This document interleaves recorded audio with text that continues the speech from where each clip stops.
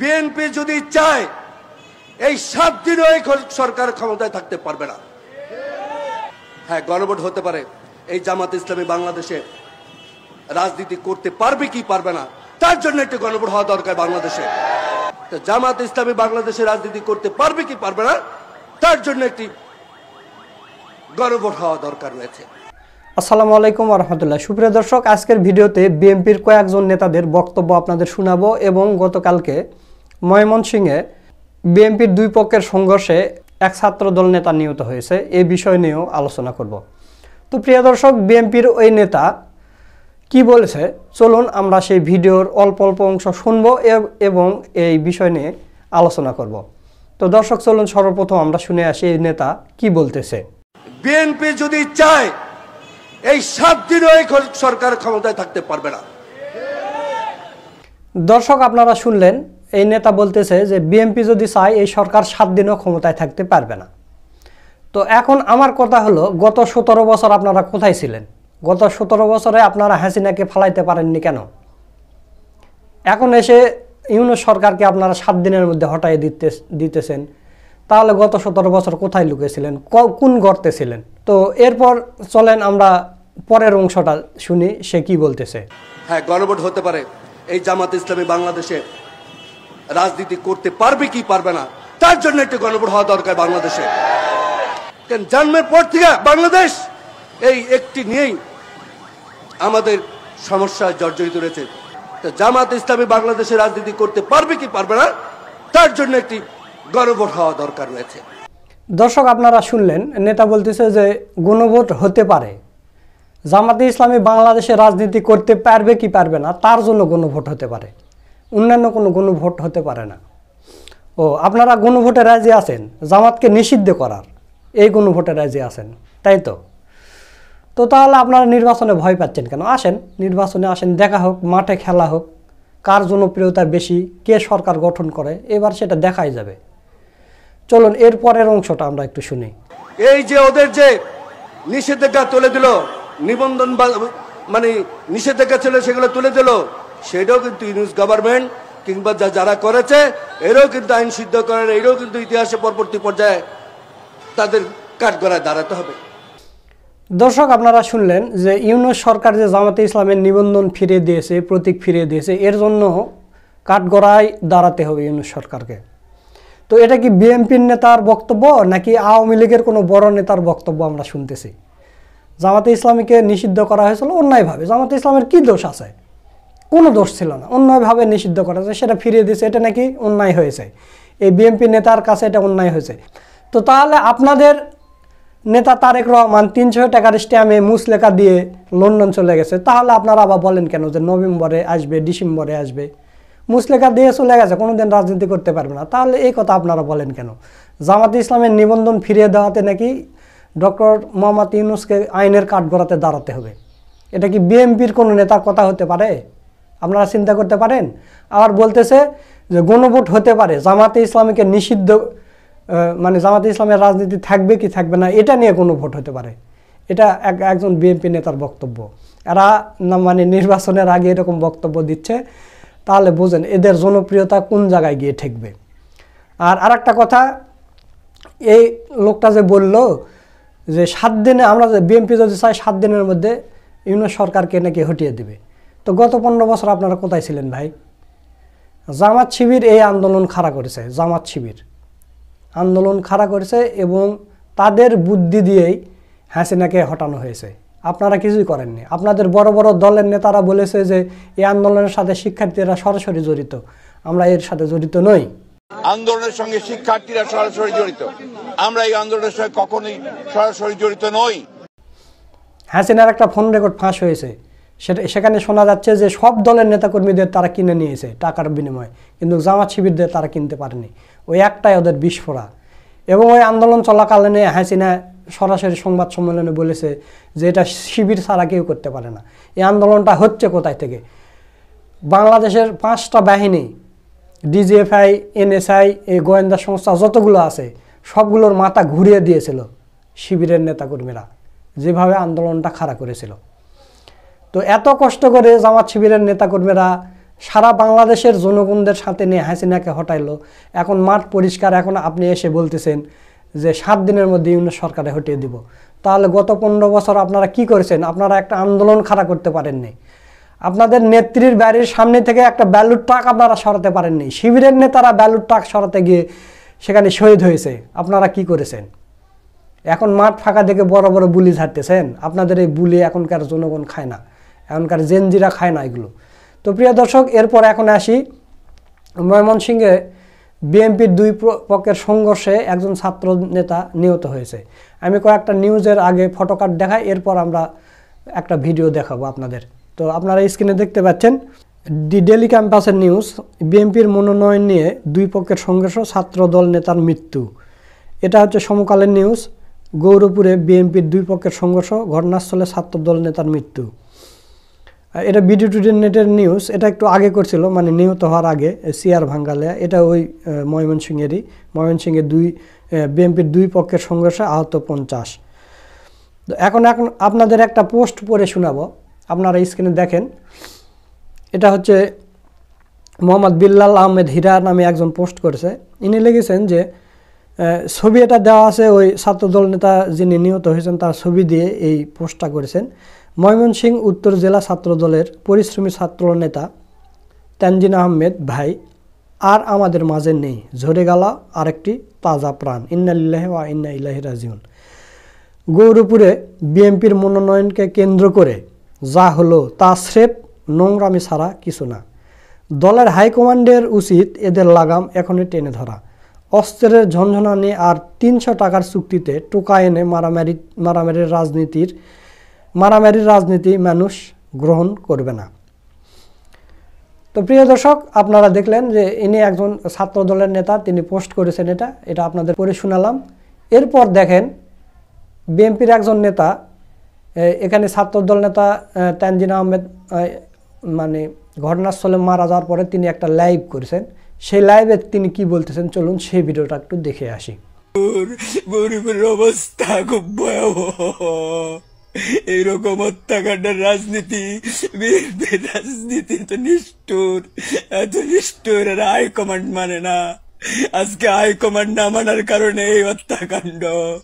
নেতাদের ভিত্তি কোনো ঐক্য নাই, এই রাজনীতি গরিবের নিষিদ্ধ ছাড়া উপায় নাই। জনগণের আজকে যা করছে, আজকে যা হয়েছে বাজারটার মধ্যে, কোনো নেতার উপরে শ্রদ্ধা নাই, রেসপেক্ট নাই, কিচ্ছু করে না। এরা মানুষ হত্যার সাথে যুক্ত হয়ে যেতেছে। গরিপুরের বিএনপি একটাও বালা না। আমাদের চাচার বাসা বাড়ি যা আছে, অফিস পাট সব হামলা করে ভাঙছে এরা। আমার বাইরে মারছে, আমার ভাই গেঞ্জামে লোকটা আমার বাইরে মারছে, আমার বাইরে আর আমার ডাকতো না। আমার বাইরে বলে ভালোবাসে, আমার পায়ের লেগে আসি, আমার ভাই এটা বললো কেন, আমার বাইরে মারলো কেন, আমার বাইরে বিচার চাই না। গরিবের এই ভয়ঙ্কর রাজনীতি থেকে মুক্তি চায়, গরিবের মানুষ নরবিশ্বাস থেকে মুক্তি চায়, গরিবের মানুষের মুক্তি কর। মানুষকে হত্যা করে। আমার বাইরে আর আমার ডাকতো না, আমার বাইরে লাগাইতো না, আমার লাস্ট কয়ে গেছে। আমার ভাই সুয়েল না দেখলে বলে ভালো লাগে না তার। জ্বর রাত তুফান নাই, আমার বাইরে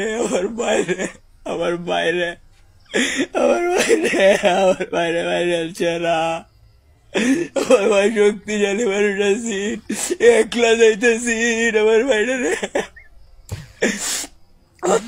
হত্যার রাজনীতি থেকে আমরা মুক্তি চাই। এ হত্যা গরিবের অবস্থা খুব ভয়াবহ, এইরকম হত্যাকাণ্ডের রাজনীতি, বিরোধী রাজনীতি তো নিষ্ঠুর, এত নিষ্ঠুর, এরা হাইকমান্ড মানে না। আজকে হাইকমান্ড না মানার কারণে এই হত্যাকাণ্ড। আজকে নির্দিষ্ট সময় নেওয়ার কারণে এরা হত্যা করছে। আমার ভাই আমারে কয়ে গেছে, আমার বাইরে ছাড়া আছে না, আমার কই যারা বাচ্চা যাইতেছে, আমার ডাকতো না। আমার বিপদে আমি আর কেউ কিছু কইতাম না। আমার আবিদ ভাইরে মারেছে, আবিদ ভাই,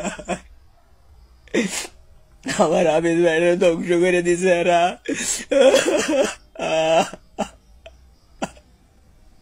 হত্যার রাজনীতি ছাড়া গরিবের কোনো রাজনীতি নাই। এই নেতাদের ভিত্তি কোনো ঐক্য নাই।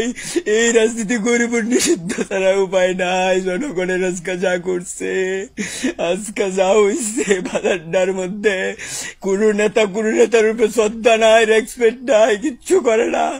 এরা মানুষ হত্যার সাথে লিপ্ত হয়ে যেতেছে। গরিবের বিএনপি একটাও বালা না। আমাদের চাচার বাসা বাড়ি যা আছে, অফিস পাট সব হামলা করে ভাঙছে এরা। আমার বাইরে মারে আসছে, এরা। আমার কই যারা গেছে আমার মা। সুপ্রিয় দর্শক, আপনারা ভিডিওটা দেখলেন। এখন আপনাদের আরো 2টা ভিডিও দেখাবো, ছোট ছোট ভিডিও, খুব মজার ভিডিও।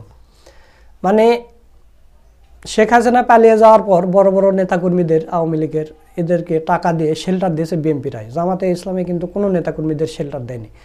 যারা অন্যায় করেছে তাদের বিচার অবশ্যই হবে, বাংলাদেশের আইন অনুযায়ী তাদের বিচার হবে। কিন্তু বিএনপির নেতাকর্মীরা সামান্য টাকার বিনিময়ে এদেরকে আশ্রয় দিয়েছে এবং ভারতে পার করে দিয়েছে। রংপুর 4 আসনের বিএনপি প্রার্থী এমদাদুল হক তিনি কি বলতেছেন, চলুন আমরা একটু শুনে আসি। আমাদের বিএনপি প্রার্থী সংসদে যেতে পারে। আওয়ামী লীগ ভাইদের উদ্দেশ্যে বলতে চাই, আপনারা আমাদেরকে সহযোগিতা করেন, আমরা আপনাদের হেফাজত করবো, যাতে আপনাদের উপর কোনো অবিচার অত্যাচার না হয়। ভাইরা আমার, কারণ আমরাও তো মানুষ, আপনারা আমার ভাই। সেই জন্য মনে মনে সিদ্ধান্ত নিচ্ছি যে আওয়ামী লীগের নেতৃবৃন্দকে হেফাজত করে ওদের ভালো রাখি।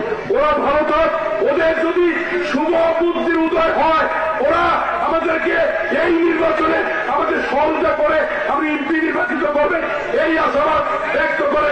আপনারা ভিডিওটা দেখলেন। তো এই ভিডিও দেখে কি আপনাদের মনে হয় যে বিএনপির নেতাকর্মীরা গত 17 বছর মানে অত্যাচারের, জুলুমের নির্যাতন হয়েছে? এই নেতা কি হয়েছে জুলুমের নির্যাতনের শিকার? যদি হয়ে থাকে তাহলে এরকম কথা বলতে পারে না, 1 বছরের মধ্যে এটা ভুলে যেতে পারে না। সামান্য কয়টা ভোটের জন্য তারা কি বলতেছে শুনলেন। তো এরপর একটা মজার ভিডিও দেখাবো। এরা মানে বিএনপির ভিতরে এত পরিমাণ আওয়ামী লীগদের দিয়ে এরা পুনর্বাসন করাইছে, বড় বড় নেতা বানাইছে। তো নেতারা, আপনারা সোশ্যাল মিডিয়ায় ভিডিও দেখেছেন, নেতারা যে কোনো বক্তব্য দিতে গেলে জয় বাংলা, জয় বঙ্গবন্ধু এগুলো বলে। কিন্তু গতকালকে একটা ভিডিও ভাইরাল হয়েছে, সেখানে মারাত্মক একটা কথা বলেছে। সেটা হচ্ছে যে শহীদ প্রেসিডেন্ট জিয়াউর রহমানের অর্ধাঙ্গিনী, মানে তার স্ত্রী নাকি শেখ হাসিনা। মানে এত পরিমাণ আওয়ামী লীগকে এরা পুনর্বাসন করেছে, তার বক্তব্য দিতে গিয়ে এটা বলে ফেলেছে। আপনারা ভিডিওটা দেখেন। সেই শহীদ প্রেসিডেন্ট জিয়াউর রহমানের অর্ধাঙ্গিনী জননেত্রী শেখ হাসিনাকে শ্রদ্ধা, শেখ খালেদা জিয়াকে, সেই শহীদ প্রেসিডেন্ট জিয়াউর রহমানের অর্ধাঙ্গিনী জননেত্রী শেখ হাসিনাকে শ্রদ্ধা, শেখ খালেদা জিয়াকে।